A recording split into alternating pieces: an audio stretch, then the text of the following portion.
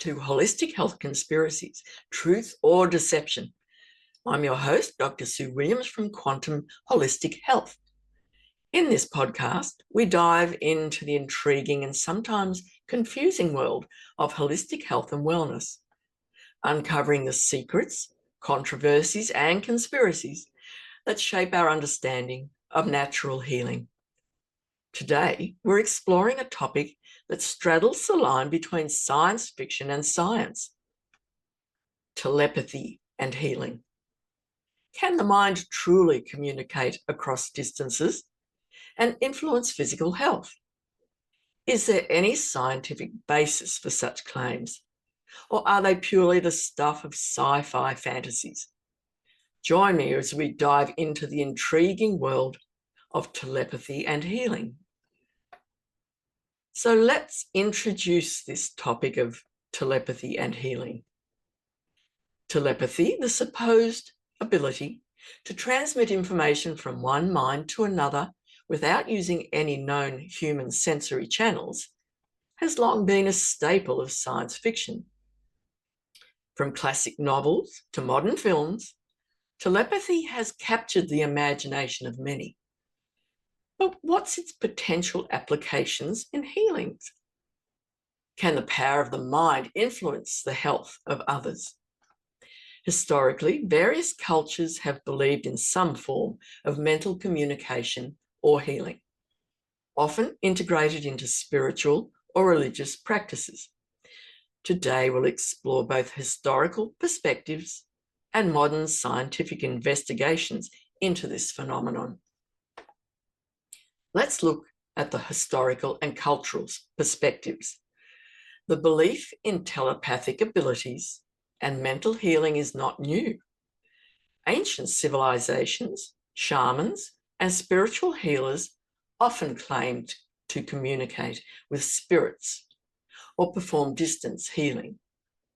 In many indigenous cultures, shamans used rituals and altered states of consciousness to heal the sick, often invoking telepathic communication with spirits or other healers.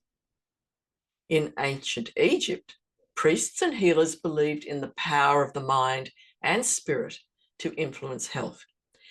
They often used prayers, incantations, and rituals to heal the sick, believing that mental and spiritual forces played a crucial role in physical well-being.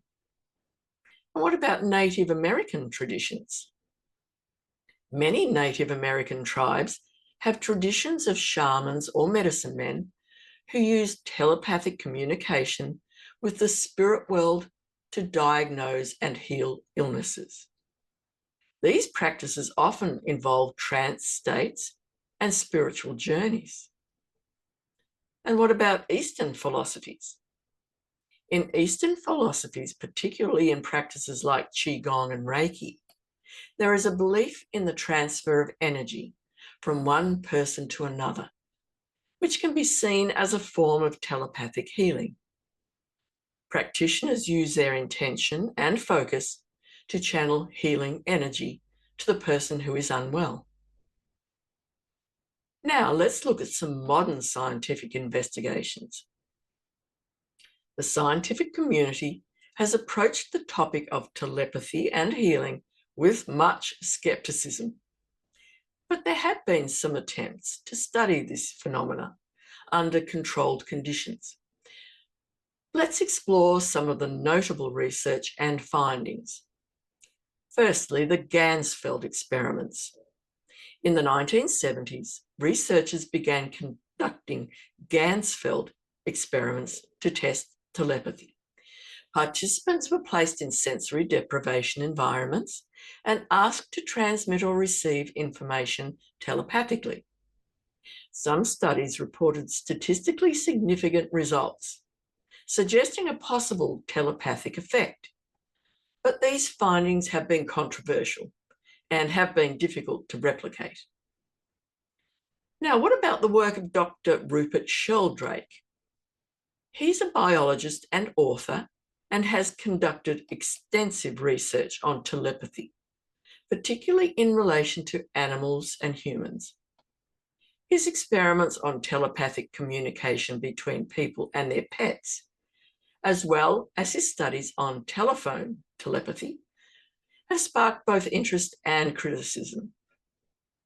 Sheldrake's concept of morphic resonance suggests that there is a field through which telepathic information can be transmitted.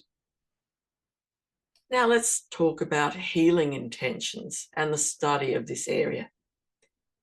Research on healing intentions involves studying the effects of one person's focused thoughts or prayers on the health of another.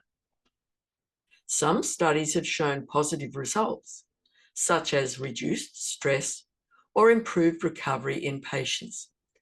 But these studies often face criticism for methodological flaws or flaws in methodology and lack of being able to reproduce these effects in many cases.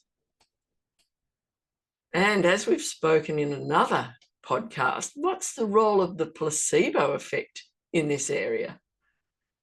The placebo effect, where a patient's belief in a treatment's efficacy leads to real improvements, may play a significant role in the perceived success of telepathic healing. If a person believes that telepathic healing can help them, their mind might produce beneficial physiological changes. Now let's talk about the power of belief. Belief in the power of the mind to heal can trigger the release of endorphins and other chemicals that promote healing. This is a well-known way that we can feel better in ourselves and has been studied many times. This psychological aspect is a crucial factor in understanding why some people report positive outcomes from telepathic healing. And of course, there is also the mind-body connection. This is well documented in scientific literature. Practices like meditation, mindfulness, and visualization demonstrate how mental focus and intention can positively influence physical health. Now, some personal experiences and testimonials. While scientific evidence remains inconclusive, many individuals report personal experiences with telepathic healing. These testimonials often describe profound and transformative effects, suggesting that there might be more to explore in this field. What about some case studies? Personal accounts of telepathic healing often involve cases where individuals felt a strong connection to a healer and experienced significant improvements in their health. These stories, while anecdotal, provide valuable insights into the potential of telepathic healing. And let's also look at practitioner perspectives. Healers who practice telepathic or energy healing often describe their work as channeling healing energy or intention. They report that their clients experience benefits ranging from pain relief to emotional balance. Of course, in any area like this, we do need to look at the ethical and practical considerations. If telepathic healing were to be validated scientifically, it would raise several ethical and practical questions. How would this influence the medical field? And what guidelines would be necessary to ensure responsible practice?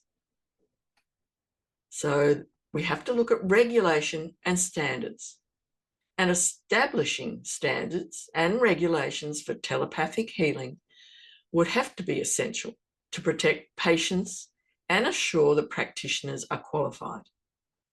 This would involve creating a framework for certification and oversight. Integrating telepathic healing with conventional medicine could offer a holistic approach to healthcare. This would require collaboration between medical professionals and telepathic healers to provide comprehensive care. And as in other areas of holistic healing, we do also need to look at informed consent. As with any treatment, informed consent is crucial. Patients must be fully aware of what telepathic healing involves and the current state of scientific understanding. So, in conclusion, the concept of telepathy and healing lies at the intersection of science and spirituality. While scientific evidence for telepathic healing remains limited and controversial, the power of belief and the mind-body connection suggests that there may be unexplored potential in this field. As we continue to investigate these phenomena, it's essential to maintain an open mind and a rigorous approach to research. Thank you for joining me on this exploration of telepathy and healing. I hope this episode has provided you with valuable insights and sparked your curiosity. If you enjoyed today's episode, please subscribe, rate, and leave a review. Your support helps us continue to bring you more interesting and insightful content on holistic health conspiracies.